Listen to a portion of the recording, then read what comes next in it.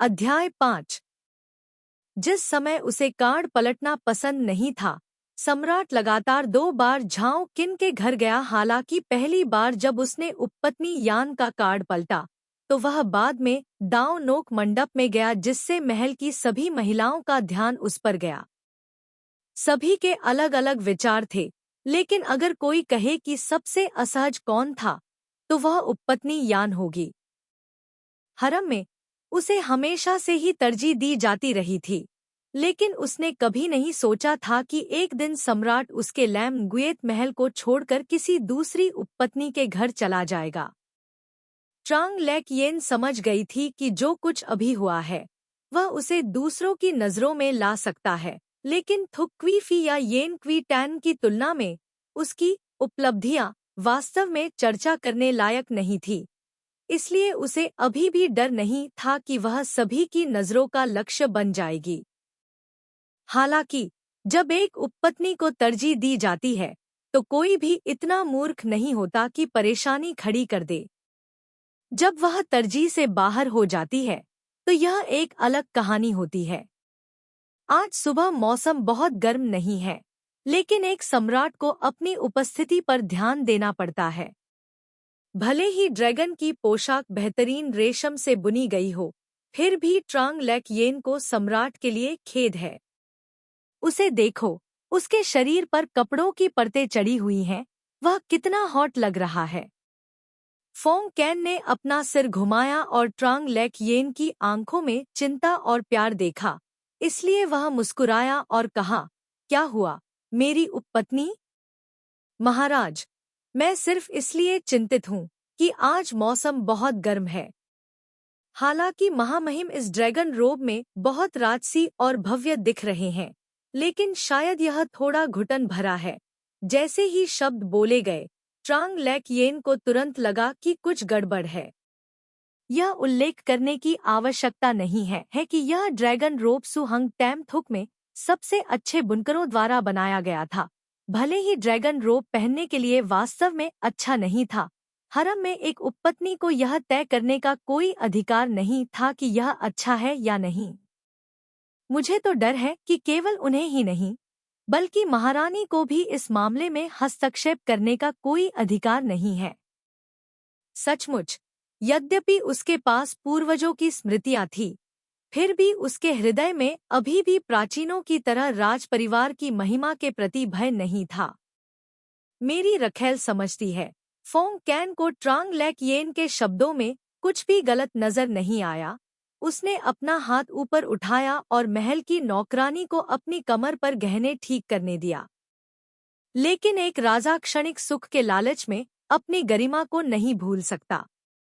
इसके अलावा यह ड्रैगन रोब, चाहे कितने भी लोगों के हाथ खून से सने हों, वे इसे एक बार भी नहीं पहन पाएंगे। मैं अदूरदर्शी हूँ। ट्रांग लेक येन ने अपने दिल में राहत की सांस ली।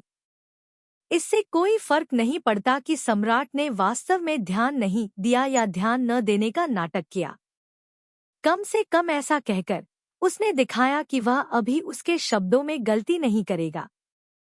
मेरी उपपत्नी मेरे बारे में चिंतित है, मैं आपकी भावनाओं को समझता हूँ। फोंग कैन ने अपने हाथों को अपनी पीठ के पीछे बांध लिया। ट्रांग लेक येन को देखकर मुस्कुराते हुए कहा, मुझे जाना है, आपको मुझे विदा करने की जरूरत नहीं है। आज गर्मी है, थोड़ा आराम करने का अवसर ले, अन्यथा आप बाद में सो नहीं पाएंगे। सम्राट के अच्छे इरादों के लिए ट्रांग लेक येन ज्यादातर समय स्वीकार कर लेता था, कभी कभी छोड़ने में थोड़ी अनिच्छा दिखाता था। ऐसा लगता था कि सम्राट उसके भावों से बहुत संतुष्ट था। आज उसे महल के द्वार तक उसे छोड़ने के लिए जानबूझकर उठने की जरूरत नहीं थी। अपने पिछले जीवन में एक निश्चित टीवी श्रृंखला में होआंग थाई कुक ने थान फी से बहुत प्यार किया और उसे लाड प्यार किया। इसका कारण यह था कि उसके आसपास की कई महिलाओं में से केवल थान फी ही उसे पति मानती थी, सम्राट नहीं। ट्रांग लेक येन को यह एहसास हुआ कि सम्राट जैसे व्यक्ति की सेवा करना दुनिया में सबसे कठिन था। हान राजवंश के दौरान ट्रां ने क्यू ने लियू ट्रिएट के साथ अपने पति के प्रति एक पत्नी के दृष्टिकोण के साथ व्यवहार किया, लेकिन क्या वह फिर भी महल में बंद होने जैसी स्थिति में नहीं पहुंची? सम्राट नामक यह प्राणी चाहता है कि महिला उसे एक सामान्य पति के रूप में देखे और यह भी कि जब उसे डरने की आवश्यकता हो तो वह उससे डर सके। इसलिए यह देखा जा सकता है कि पुरुषों की परिवर्तन करने की क्षमता महिलाओं की तुलना में बहुत अधिक है। ट्रांग लैक येन ने सोचा, अगर कोई उससे एक महिला का दिल समुद्र के तल में सुई की तरह होता है जैसा कुछ कहने की हिम्मत करता है, तो वह निश्चित रूप से उस व्यक्ति को एक थप्पड़ मारेगी। थोड़ी देर बिस्तर पर इधर उधर लुढ़कने के बाद ट्रांग लैक येन रानी का अभिवादन करने के लिए तैयार होकर बैठ गई। आज वह हमेशा की तुलना में जल्दी पहुंच गई। जब वह कान्ह-ओंग महल पहुंची तो उसने देखा कि हिएन फी और 2 अन्य रखैले अभी अभी आई थी। हिएन फी का रूप रंग बहुत सुंदर तो नहीं है, लेकिन वह बहुत मिलनसार दिखती है, जिससे लोगों को पहली नजर में ही लग जाता है कि हिएन शब्द उसके लिए बहुत उपयुक्त है। उपपत्नी ने कल रात सम्राट की सेवा की थी, वह आज सुबह इतनी जल्दी क्यों आई? रानी ने हुआन घोक को चिएउ टैन को चाय परोसने का आदेश दिया और मुस्कुराते हुए कहा, बहुत प्यारी महिला है, जब मैं उसे देखती हूँ तो मुझे भी उसके प्रति प्रेम महसूस होता है। यह उपपत्नी आज सो नहीं सकी, इसलिए उसने महारानी से बात करने के लिए जल्दी आने का फैसला किया। ट्रांग लैक येन मुस्कुराया, क्या इस उपपत्नी ने महारानी को परेशान किया? ऐसा नहीं है, महारानी ने कहा, हाल ही में मौसम गर्म रहा है, इसलिए मैं जल्दी उठ रही हूँ। तुम जल्दी आ गए और मुझे अपनी बोरियत दूर करने के लिए किसी से बात करनी है। शाही उपपत्नी की आवाज उसके रूप रंग की तरह ही कोमल और शांत थी। उसने ट्रांग लैक येन को देखते हुए मुस्कुराया, महाराज, उपपत्नी चियू भी एक समझदार व्यक्ति है। आप उसे क्यों नहीं बताते कि अभी क्या हुआ? चाय का प्याला पकड़े ट्रांग लैक येन का हाथ थोड़ा रुका, फिर वह मुस्कुराई और बोली, महाराज, आप मुझे फिर से चिढ़ा रहे हैं।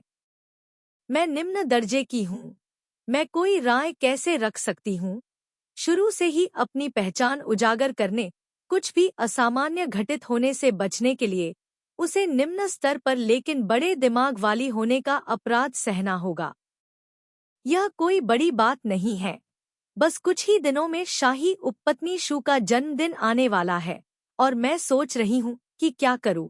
महारानी ने धीरे से मुस्कुराते हुए कहा, शाही उपपत्नी शू एक अनुशासित व्यक्ति हैं और हमेशा कहती हैं कि उन्हें दिखावा पसंद नहीं है और बड़ी पार्टी आयोजित करने की कोई जरूरत नहीं है। आपको क्या लगता है हमें क्या करना चाहिए? मुझे डर है कि इस बार महारानी को अपनी ही चिंताएं हैं। उन्हें डर है कि अगर वह कुछ बड़ा करती हैं, तो उन पर फिजूल खर्ची का आरोप लगेगा।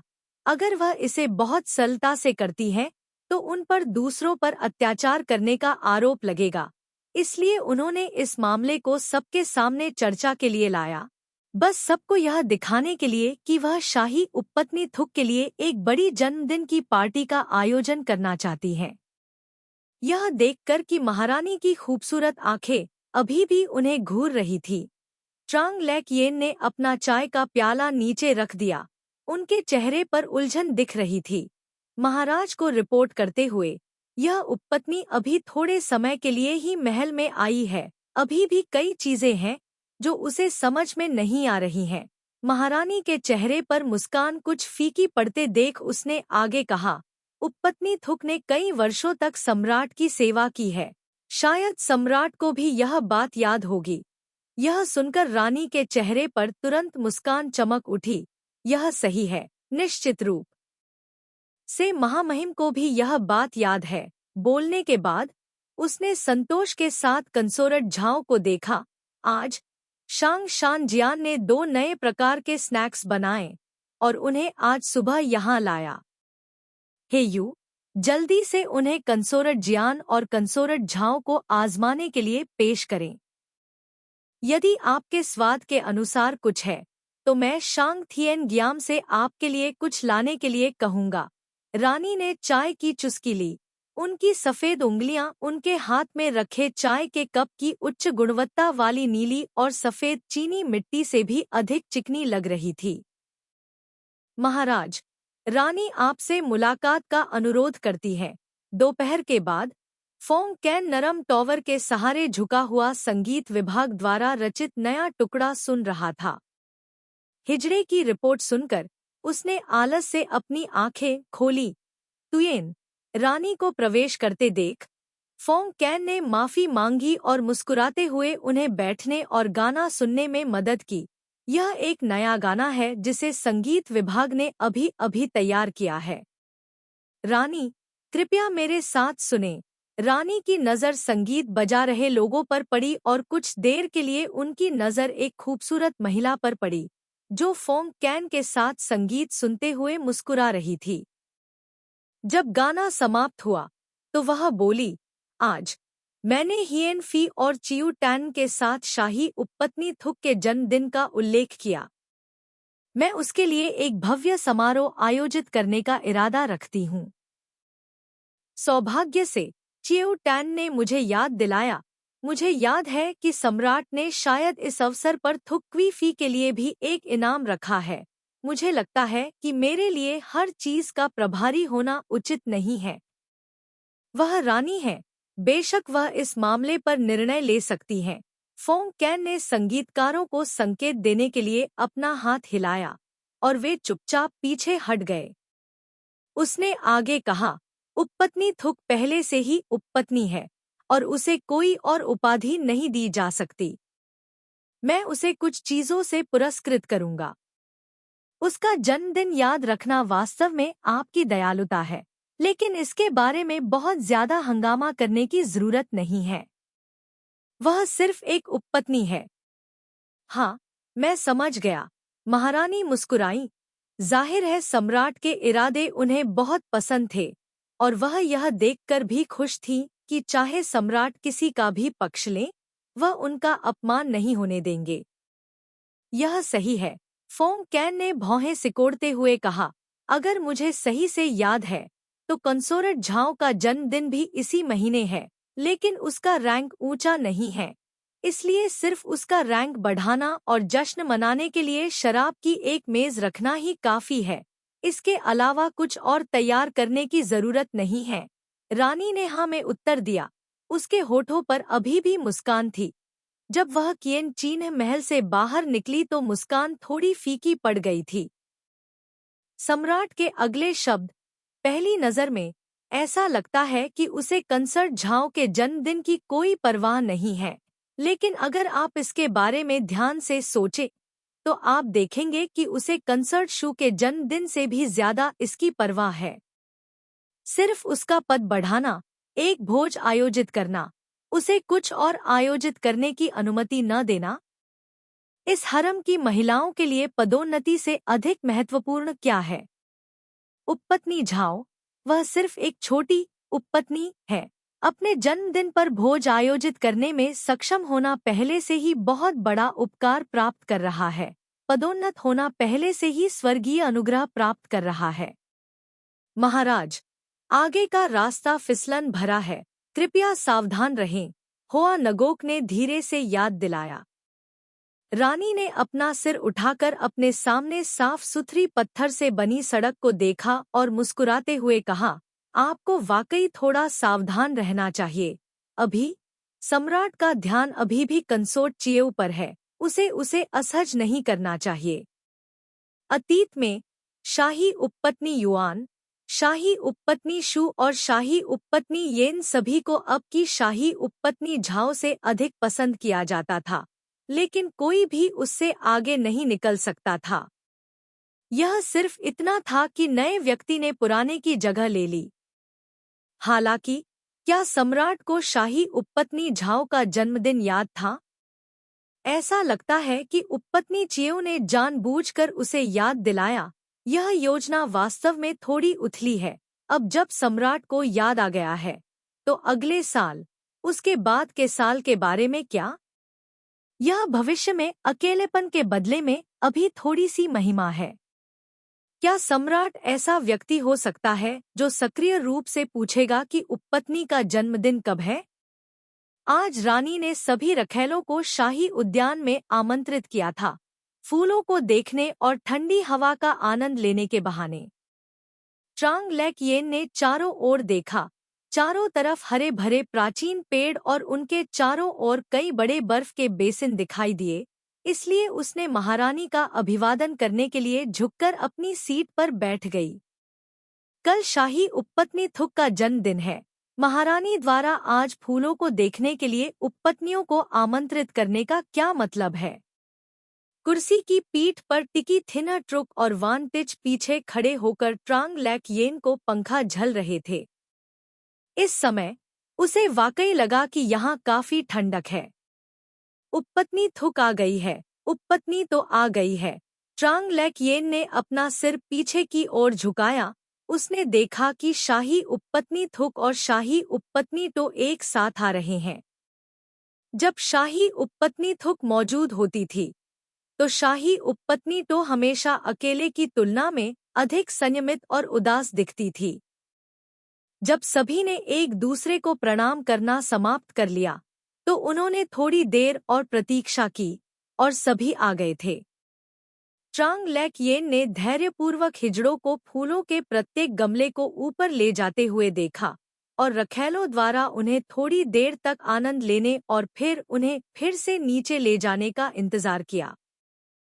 प्रत्येक गमले का आकार अलग अलग है, लेकिन एक बात समान है, उन सभी के नाम का अर्थ है भाग्य।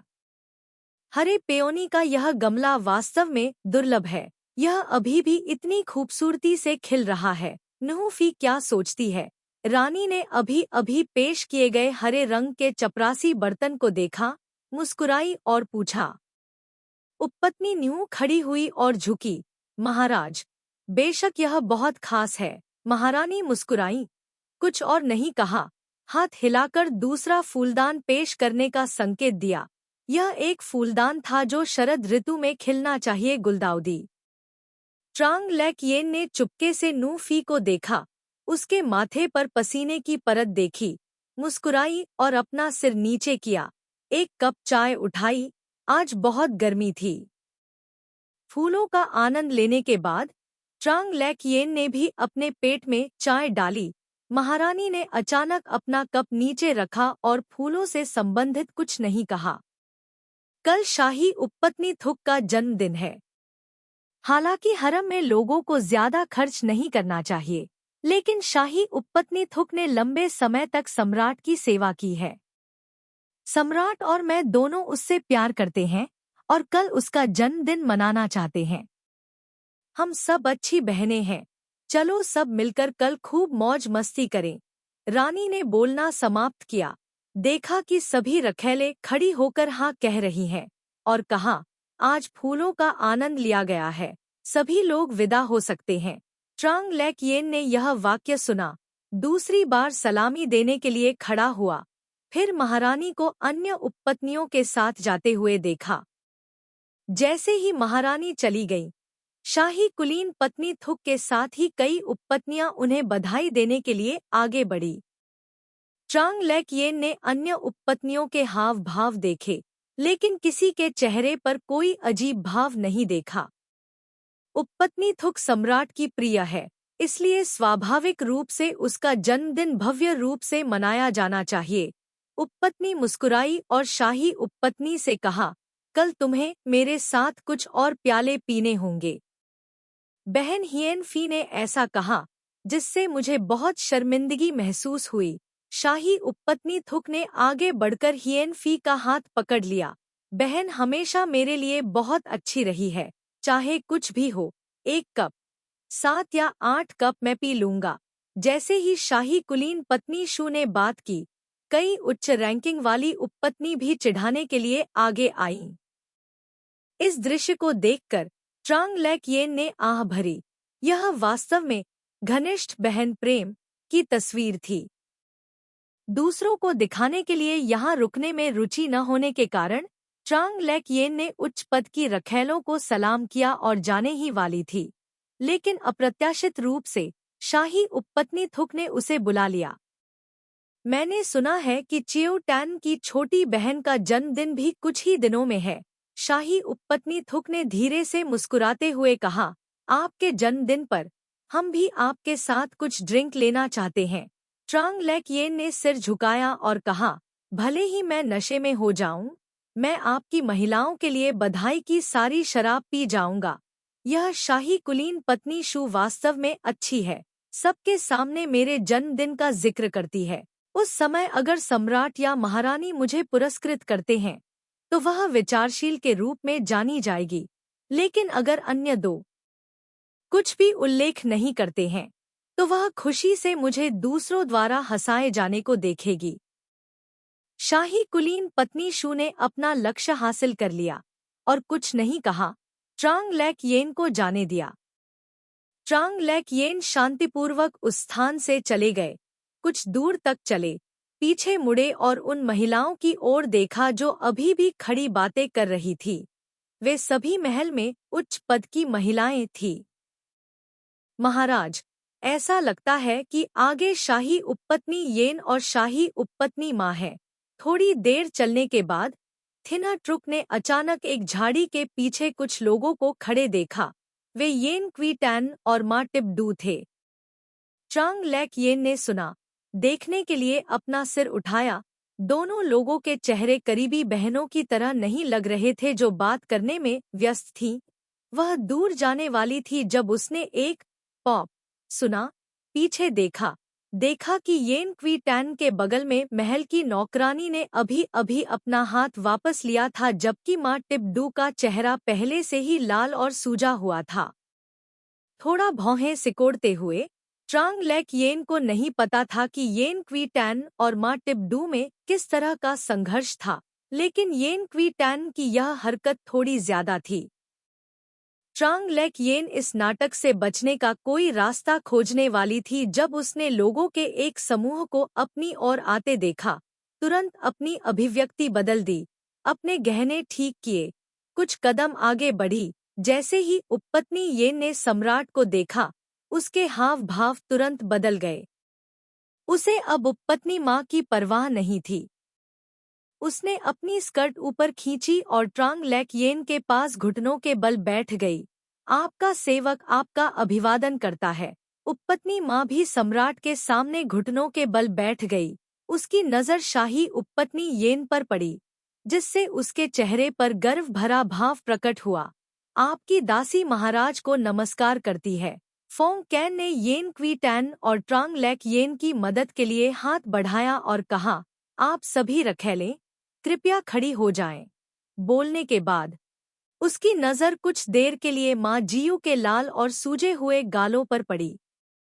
उसने अपनी आंखें थोड़ी सिकोड़ी और फिर एक असंबंधित बात पर बोलना जारी रखा, मौसम गर्म है, रखैले यहाँ क्यों इकट्ठा हो रही हैं? महाराज, आज रानी ने हम रखैलों को फूल देखने के लिए यहाँ बुलाया है और वे लौटने वाली हैं। उपपत्नी येन ने धीरे से उत्तर दिया, मुझे यहाँ महाराज से मिलने की उम्मीद नहीं थी। रानी सचमुच बहुत विचारशील हैं। फोंग कैन ने येन क्वी टैन का हाथ छोड़ दिया और धीरे से ट्रांग लेकयेन का हाथ थपथपाया। तो फिर तुम लोगों को भी जल्दी घर जाकर आराम करना चाहिए। महाराज, क्या उपपत्नी माँ को मेरी बातों पर कोई आपत्ति है? फोंग कैन ने उदासीनता से माँ टिपडू की ओर देखा। ऐसा प्रतीत हुआ कि वह उसके गाल पर लाल हाथ का निशान नहीं देख पाया। मैं विदा लेता हूँ। एक पल में माँ टिपडू का चेहरा राख हो गया, मानो उसने अपनी सारी जीवन शक्ति खो दी हो। ट्रांग लेकयेन ने अपना सिर नीचे करके उस हाथ को देखा जिसे फोंग कैन ने कसकर पकड़ रखा था। अचानक उसकी हड्डियों में एक ठंडा एहसास भर गया। इससे ठीक पहले माँ टिपडू को भी इस सम्राट ने देखा था। आज वह भी इस तरह के अंत में गिर गई थी। कोई देख सकता था कि वह कितना ठंडा और हृदयहीन था। लोग अक्सर कहते हैं कि वेश्याएं हृदयहीन होती हैं, गायक अर्थहीन होते हैं। यह वास्तव में उन लोगों के लिए अनुचित है। सम्राट नामक इस तरह का प्राणी ठंडे खून वाले, स्कूल का प्रतिनिधि है। शाही उपपत्नी येन की आत्मसंतुष्ट आंखों को देखने के लिए अपना सिर ऊपर उठाते हुए ट्रांग लेक येन ने फिर से अपनी आंखें नीची कर लीं। अपना सिर नीचे करना जारी रखा, ध्यान से उसके कोमल छोटे हाथ को पकड़े हुए मजबूत हाथ को देखा। फोंग कैन ने शाही उपपत्नी चियू को अपना सिर नीचे करते हुए देखा, केवल यह सोचकर कि वह थोड़ी शर्मीली है, इसलिए उसने उसका हाथ छोड़ दिया। मेरी प्यारी उपपत्नी, आज जल्दी आराम करो। हाँ, महाराज, ट्रांग लेक येन ने सिर झुकाकर कहा। मैं विदा लेता हूँ। मैं विदा लेता हूँ। उपपत्नी येन ने भी सम्राट को प्रणाम किया। फोंग कैन ने सिर हिलाया, तीनों लोगों के दूर जाने का इंतजार करते हुए। उसके चेहरे की मुस्कान गायब हो गई थी। अगले 2 वर्षों तक शाही उपपत्नी येन को पदोन्नत करने की कोई आवश्यकता नहीं है। फोंग कैन ने अपने हाथों को अपनी पीठ के पीछे बांध लिया, घूमा और विपरीत दिशा में चल दिया। मेरे घर से कमल के फूलों का एक गमला शाही उपपत्नी चियो के लिए ले आओ। हाँ, महाराज। काओ डुक ट्रुंग ने पाया कि सम्राट ने माँ टिब्डू का बिल्कुल भी उल्लेख नहीं किया था, और मन ही मन समझ गया कि इस माँ टिब्डू का कोई भविष्य नहीं था। ट्रांग लेक येन अभी कुछ समय के लिए दाओ नो कैक में वापस आई थी जब उसने अचानक सुना कि महल के प्रबंधक कीन चीन आ गए हैं। इसलिए वह खड़ी हो गई और उनका स्वागत करने के लिए बाहर चली गई। लेडी झाओ को नमस्कार। काओ डुक ट्रुंग ने लेडी झाओ को बाहर आते देखा और सलाम करने के लिए खड़े हो गए। महामहिम ने इस नौकर को आपके आनंद के लिए कमल के फूलों का यह बर्तन लाने का आदेश दिया है। आपको क्या लगता है कि उन्हें कहाँ रखना उचित होगा? ट्रांग लेक येन ने उनका धन्यवाद करने के बाद किसी को कमल का बर्तन अपने कमरे में लाने का आदेश दिया। काओ डुक ट्रुंग के लिए चाय डाली और कहा, इतने गर्म मौसम में ऐसी यात्रा करने के लिए नपुंसक काओ, धन्यवाद। ऐसा कहने के बाद वह यूनशी की ओर मुड़ा और उससे पैसे का एक बैग लाने को कहा।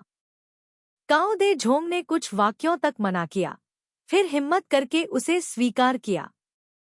उसने चाय की चुस्की ली और मुस्कुराते हुए कहा, मास्टर झाओ बहुत दयालु है। इस नौकर का सम्राट के लिए काम करना स्वाभाविक है। आपके ऐसा कहने से यह नौकर डर गया है। हिजड़ा सम्राट के प्रति वफादार है। कोई आश्चर्य नहीं कि सम्राट उसे दूसरों की तुलना में अधिक महत्व देता है। ट्रांग लेक येन ने विनम्र होना जारी नहीं रखा, मुस्कुराते हुए कहा, सम्राट का उसके लिए दिल है, यह मेरा सौभाग्य है। काओ डुक ट्रुंग ने ट्रांग लेक येन के साथ बहुत विनम्रता से व्यवहार किया, कुछ वाक्यों के लिए बात की और फिर जाने के लिए खड़े हो गए। ट्रांग लेक येन ने उन्हें नहीं रोका, व्यक्तिगत रूप से उन्हें कुछ कदम दूर तक विदा किया और फिर भीतरी कमरे में लौट आए। कमल को थान हुआ चीनी मिट्टी के बर्तन में लगाया गया था। हरे भरे पत्तों पर खिलने वाली फूल की कलियां लोगों को इसे देखने पर हल्का और आरामदायक महसूस कराती थी। ट्रांग लेक येन ने धीरे से पंखुड़ियों को सहलाया, थिना ट्रुक के हाथ से पानी का प्याला लिया और उसमें कुछ बूंदें डाली।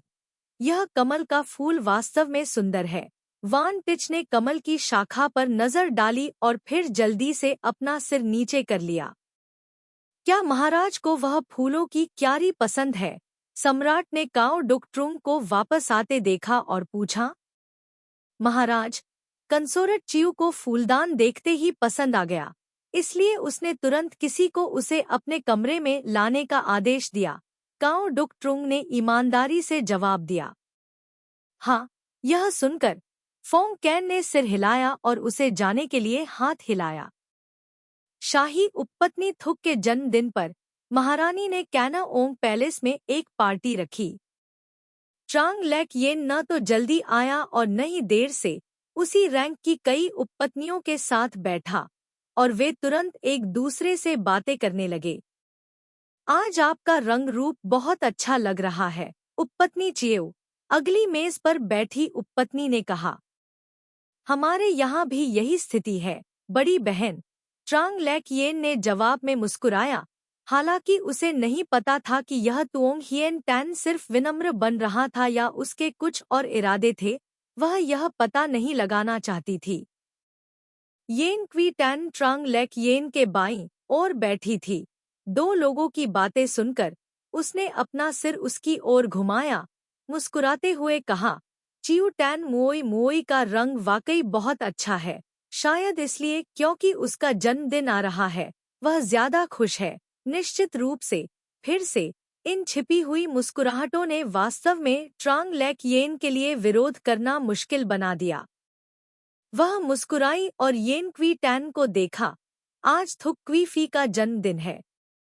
इस तरह का जीवंत और खुशनुमा माहौल मेरे जैसे उथले व्यक्ति को इसे देखकर थोड़ा खुश महसूस कराता है। मैं तुम्हें हंसा रहा हूँ। उपपत्नी येन भी मुस्कुराई, लेकिन मुस्कान उसकी आंखों तक नहीं पहुंची। यह उपपत्नी थुक का जन्मदिन है। सभी को स्वाभाविक रूप से खुश होना चाहिए। इतना कहने के बाद उसने दूसरी ओर देखा, जैसे कि उसे अब ट्रांग लेक येन से बात करने में कोई दिलचस्पी नहीं थी। दूसरी ओर तुओंग हिएन टैन और उओंग टैन ने एक दूसरे की ओर देखा और ऐसा दिखावा किया जैसे कि उन्होंने दोनों के बीच हुई छोटी सी लड़ाई को नहीं देखा। रानी आ गई है। ट्रांग लेक येन खड़ी हुई और उसने देखा कि महारानी फीनिक्स की कढ़ाई वाली पोशाक में दिखाई दे रही हैं। उनकी पोशाक का कोना मोमबत्ती की रोशनी में चमक रहा था। अन्य उपपत्नियों के साथ महारानी का अभिवादन करने के बाद उसने महारानी को शाही कुलीन पति थुक को अपने नीचे बैठाते हुए देखा। उसने अपनी आंखें नीची कर ली और अपने पैरों के नीचे की जमीन को घूरने लगी। आज इंपीरियल नोबल कंसोर्ट थुक का जन्मदिन है। हम सभी बहनें हैं। इतना औपचारिक होने की आवश्यकता नहीं है। चलो एक साथ आनंद ले। रानी ने शाही कुलीन पत्नी थुक की बाह पकड़ ली और बैठ गई। उपपत्नियों को अपने स्थान पर बैठने को कहा तथा होआ नोक को संकेत दिया। होआ नगोक ने समझा और संगीतकारों को अंदर आने और जश्न मनाने के लिए संगीत बजाने के लिए हाथ हिलाया। पहला नृत्य था, माँ को दीर्घायु की कामना करता है। नर्तकी एक लचीली देह और सुंदर तकनीकों वाली महिला थी, जिसने ट्रांग लेक येन जैसे लोगों को, जिनके पास कला की सराहना करने के लिए एक भी कोशिका नहीं थी, प्रशंसा करने पर मजबूर कर दिया। माँ को दीर्घायु की कामना करता है या माँ को दीर्घायु प्रदान करता है। किंवदंती के अनुसार माँ को एक उत्तरी जातीय अल्पसंख्यक समुदाय की युवा लड़की थी। वह एक अच्छी इंसान थी। उस दिन, क्योंकि उसने अच्छे काम किए थे, उसे इनाम में एक आड़ू मिला। वह उसे अपने पिता के खाने के लिए घर ले जाना चाहती थी, लेकिन घर के रास्ते में उसे एक बूढ़ी औरत मिली जो मर रही थी। कुछ लोगों ने कहा कि वृद्ध महिला इतनी भूखी थी कि वह बेहोश हो गई और यदि वह कुछ खा लेती तो बेहतर होता। माको के हाथ में एक आड़ू के अलावा कुछ नहीं था। उस समय आड़ू बहुत कीमती थे, लेकिन उसने उन्हें बूढ़ी महिला को खाने के लिए देने में संकोच नहीं किया। इस वजह से माँ को उसके पिता ने डांटा था। अगले दिन बूढ़ी औरत उससे मिली और बोली, तुम एक अच्छी बच्ची हो। वह आड़ू खाने के बाद मेरी जिंदगी लंबी हो जाएगी। माको ने दूसरे आड़ू के बीज बोए।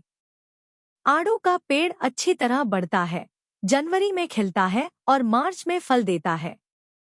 खराब मौसम के दौरान वह अक्सर गरीबों को आड़ू दिया करती थी।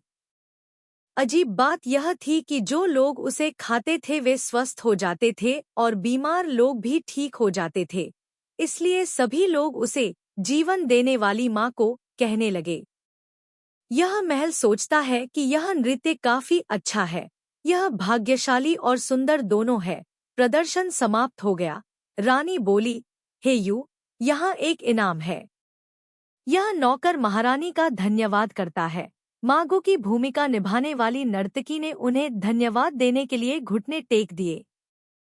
महारानी को पुरस्कार देते देख अन्य रखैलों ने भी ऐसा ही किया। ट्रांग लेक येन यह देखकर खुश हुई, इसलिए उसने भी कुछ दिया। इस नर्तकी को देखकर वह केवल 15 या 16 साल की थी, लेकिन किसी कारण से उसे हमेशा लगता था कि शाही उपपत्नी थुक के चेहरे पर मुस्कान थोड़ी कठोर थी। एक लोंगन को छीलकर उसके मुंह में डालने पर मीठे और ठंडे स्वाद ने ट्रांग लेक येन को बहुत अच्छा महसूस कराया। माँ को दीर्घायु की कामना करती हैं। प्रदर्शन के बाद कुछ नर्तक पिपा पकड़े हुए आए। उस साल शाही कुलीन पत्नी शू की छोटी बहन ने सिर्फ एक पिपा नृत्य से पूरे हरम को अपनी प्रशंसा करने पर मजबूर कर दिया। ये नर्तकिया हालांकि उसके जितनी अच्छी नहीं है, लेकिन शायद बहुत बदसूरत भी नहीं है। रानी ने अपनी बात समाप्त की और नर्तकियों को नृत्य शुरू करने के लिए ताली बजाई। शाही दरबार की पेशेवर नर्तकियों से जैसी अपेक्षा की जाती है, इन महिलाओं का नृत्य बहुत ही शानदार और सुंदर था, जिससे दर्शकों को ऐसा महसूस हुआ जैसे वे उड़ने वाले हैं। ट्रांग लेक येन ने वहां बैठी सुंदर वेशभूषा में सजी शाही उपपत्नी थुक पर नजर डाली और मन ही मन सोचने लगी, मुझे आश्चर्य है कि उस समय शाही उपपत्नी थुक का नृत्य कितना सुंदर था। पीपा की ध्वनि जेड ट्रे पर गिरते मोतियों की तरह स्पष्ट थी। ट्रांग लेक येन इसका आनंद ले रही थी जब अचानक उसे बाहर से आती हुई हिजड़े की तीखी आवाज सुनाई दी। सम्राट आ गए हैं। संगीत बंद हो गया। नर्तकियों ने नाचना बंद कर दिया। रखैलों ने एक दूसरे की प्रशंसा करना बंद कर दिया। रानी भी खड़ी हो गई और उनका स्वागत करने के लिए बाहर चली गई। फोंग कैन अंदर चली गई।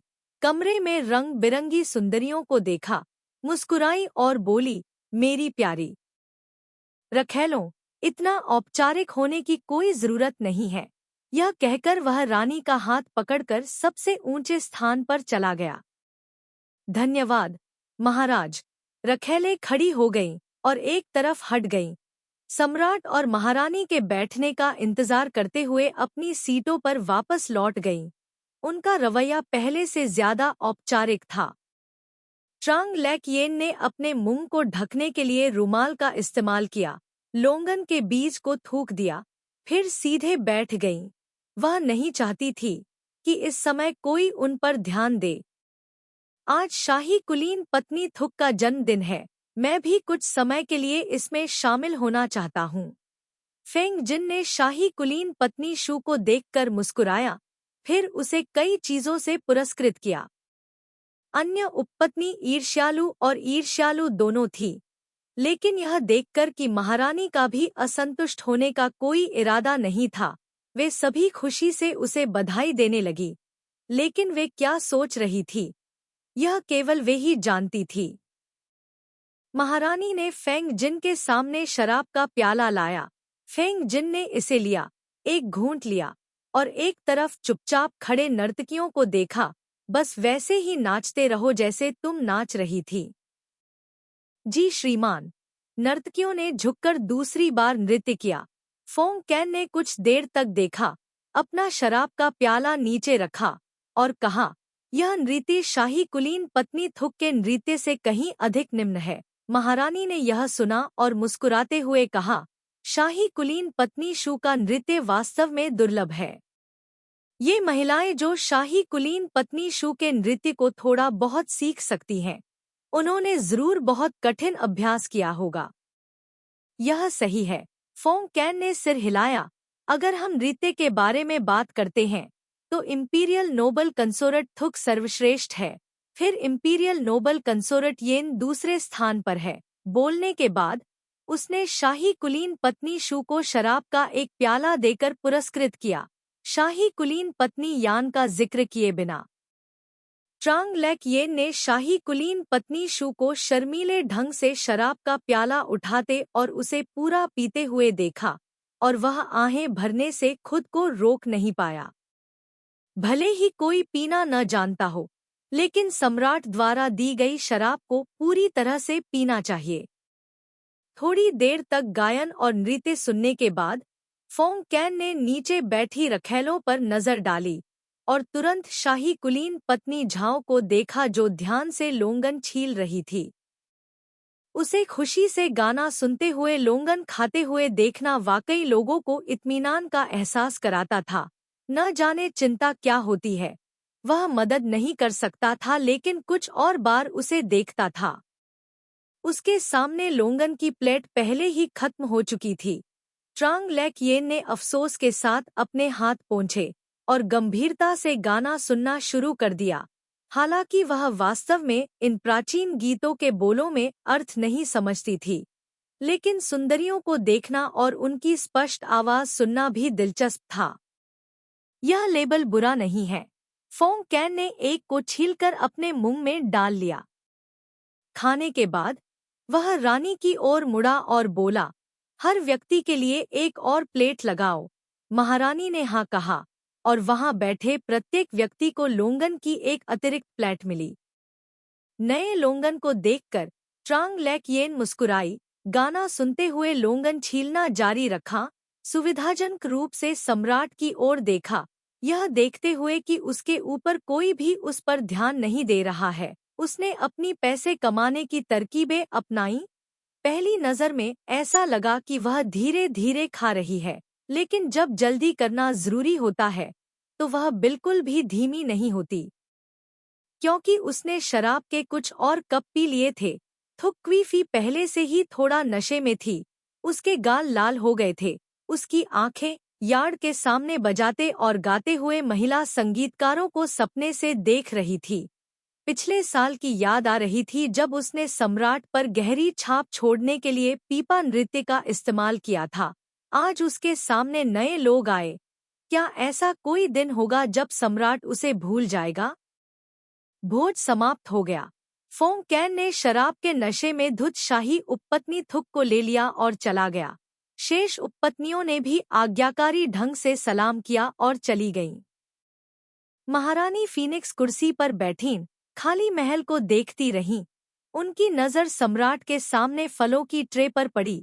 उन्होंने देखा कि लोंगन की प्लेट, जिसे सम्राट ने स्वादिष्ट बताकर प्रशंसा की थी, अभी भी ज्यादा कुछ नहीं बदला है। मैं थक गया हूँ, चलो सफाई कर लें। रानी का चेहरा पानी की तरह शांत था। उसने हुआ नगोक का हाथ पकड़ा और खड़ी हो गई। उसने एक बार फिर लोंगन की प्लेट पर नजर डाली, फिर मुड़कर चली गई। महाराज, सम्राट ने आपको सुगंधित नाशपाती की एक प्लेट इनाम में दी है और कहा है कि यह ठंडक देती है और गर्मी से राहत देती है। थिना ट्रुक फलों का डिब्बा लेकर अंदर आई। डिब्बे के अंदर 4 सुगंधित नाशपाती करीने से सजाए गए थे। ट्रांग लेक येन को आश्चर्य हुआ, फिर तुरंत खुश हो गई। इस गर्म मौसम में ठंडक पाने के लिए कुछ नाशपाती खाना भी अच्छा था। यह देखकर कि उसके मालिक को यह पसंद है, वान टिच ने तुरंत एक नाशपाती उठाई, उसे छीला। छीलते समय उसने सोचा, आज रात उसके मालिक ने इतने सारे लोंगन खाए, शरीर में गर्मी लाना आसान था। कुछ और नाशपाती खाना शरीर के लिए बहुत अच्छा था। जिंगयांग पैलेस में उपपत्नी शू का जन्मदिन बहुत धूमधाम से मनाया गया और उसे सम्राट द्वारा कई पुरस्कार भी दिए गए। यहाँ तक कि बुद्ध की पूजा करने वाली महारानी विधवा ने भी उसे कुछ पुरस्कार दिए। इसलिए उपपत्नी शू, जो पहले से ही हरम में बहुत लोकप्रिय थी, अब और भी अधिक उभर कर सामने आई। उपपत्नी शू को मिलने वाले ध्यान की तुलना में ट्रांग लेक येन का आगामी जन्मदिन हंसी का पात्र बनने वाला था। एक पोशाक पहने, कढ़ाई वाले जूते पहने, लिपस्टिक और मेकअप लगाने के लिए आईने के सामने बैठी, ट्रांग लेक येन ने अपनी भौहों को फिर से बनाने के लिए एक ब्रश उठाया और अपने सिर पर जेड हेयरपिन को ठीक किया। चलो, महारानी को बधाई देने का समय हो गया है। वान टिच और थिनर ट्रुक ने एक दूसरे को देखा। थिनर ट्रुक ने बेचैनी से पूछा, मास्टर, आज आपका जन्मदिन है। अगर वे सभी जानते थे कि महल में हर कोई अपने मालिक को हंसी का पात्र बनते देखने का इंतजार कर रहा था। अब जब वे कैनउंग महल में आ गए थे, तो कौन जानता था कि अन्य महलों के मालिक क्या कहेंगे। एक उपपत्नी के रूप में क्या मुझे रानी का अभिवादन नहीं करना चाहिए? ट्रांग लेक येन खड़ा हुआ। चलो चलें। हाँ, युनशी और टिंगझू ने झुआंग लुओयान का हाथ पकड़ते हुए कहा और बेडरूम से बाहर निकलकर बाहरी कमरे में चले गए। झुआंग लुओयान ने कमल के गमले पर नजर डाली। सूरज ढलने से पहले ही उसमें कली निकलनी शुरू हो गई थी। चूंकि यह हर दिन सूरज के संपर्क में रहता था, इसलिए यह धीरे धीरे खिल रहा था। केवल कुछ शर्मीली कलियां ही बची थी, जिससे देखने वाला खुश और प्रसन्न महसूस कर रहा था। इसकी अच्छी तरह से देखभाल करो। जी श्रीमान। कमरे में मौजूद नौकरानियों और यमदूतों ने तुरंत उनकी बात मान ली। ट्रांग लेक येन ने आगे जोर नहीं दिया और दाव नोक मंडप से बाहर निकल गया। सुबह सुबह सूरज उग आया था। सूरज की लाल नारंगी किरणें फैल रही थी। इससे लोगों को गर्मी का एहसास होता था, लेकिन गर्मियों में इससे केवल गर्मी और सूखापन का असहज एहसास होता था। ट्रांग लेक येन ने अपने हाथ में पंखा लहराया, पूर्वी सूर्य की ओर देखा जो तले हुए अंडे जैसा दिख रहा था। पंखा थिना ट्रुक को दे दिया और कानओंग महल के मुख्य द्वार से बाहर चली गई। उपपत्नी आ गई है। जब ट्रांग लेक येन रानी का स्वागत करने के लिए मुख्य हॉल में दाखिल हुई, तो दरवाजे पर पहरा दे रही हिजड़े ने जोर से घोषणा की। उसने अपना सिर ऊपर उठाकर रखैलों की तरफ देखा जो आपस में बातें कर रही थी और गलती से उसकी तरफ देखने का नाटक कर रही थी। आपकी उपपत्नी रानी को नमस्कार करती है।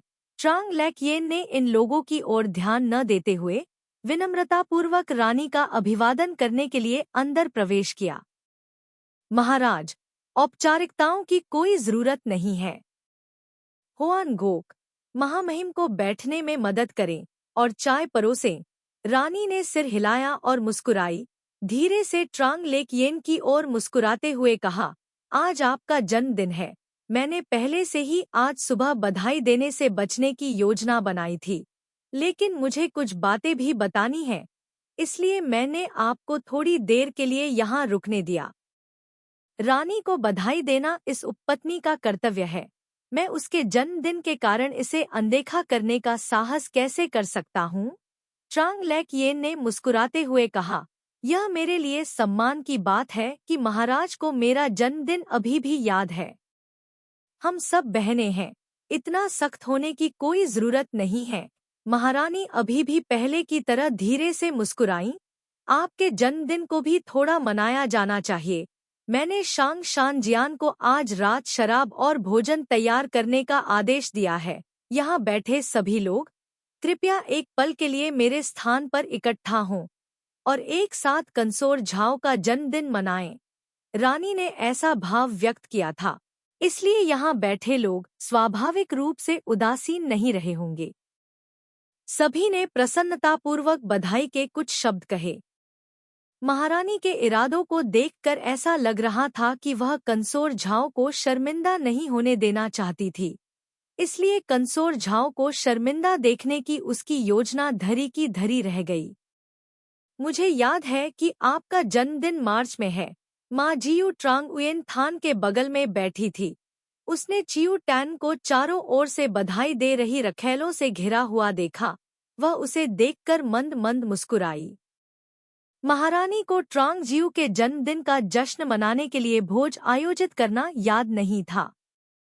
ट्रांग उयेन थान ने माँ जियू को ठंडे अंदाज में देखा। बहन के चेहरे की सूजन अभी तक कम नहीं हुई है। मेरे पास सूजन कम करने के लिए कुछ मरहम है, तुम इसे क्यों नहीं आजमाती?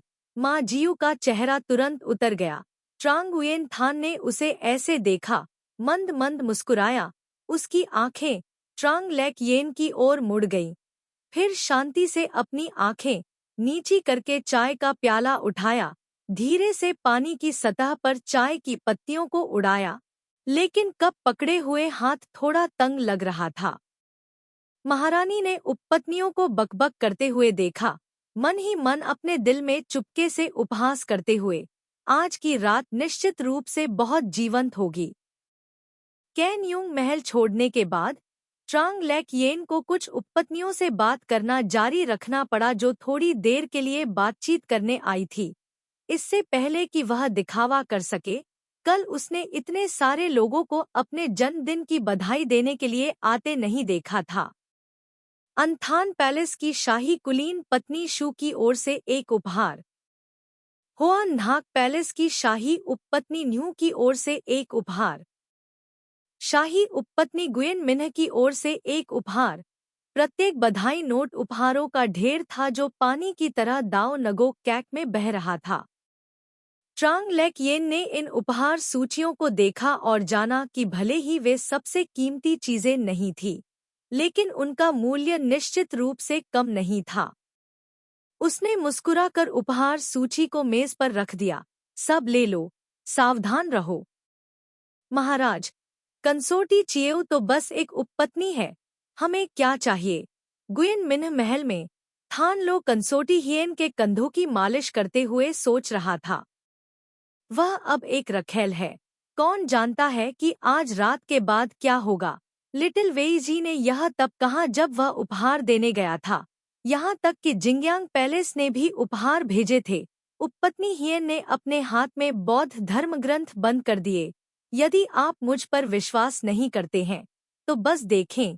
यह उपपत्नी चिएउ एक ऐसा चरित्र है जिसे कम करके नहीं आंका जाना चाहिए। थान लो ने सिर हिलाया और कहा, तो क्या उसकी पदोन्नति येन क्वी टैन से भी अधिक तेजी से नहीं हुई है? कंसोर्ट येन क्या है? उपपत्नी हियन ने तिरस्कारपूर्वक हंसते हुए कहा, उसकी पृष्ठभूमि कंसोर्ट चियू जितनी अच्छी नहीं है, लेकिन अब वह सम्राट के पक्ष के कारण घमंडी है। अगर एक दिन वह पक्ष से बाहर हो गई, तो मुझे डर है कि वह किसी की तुलना में नहीं रह पाएगी।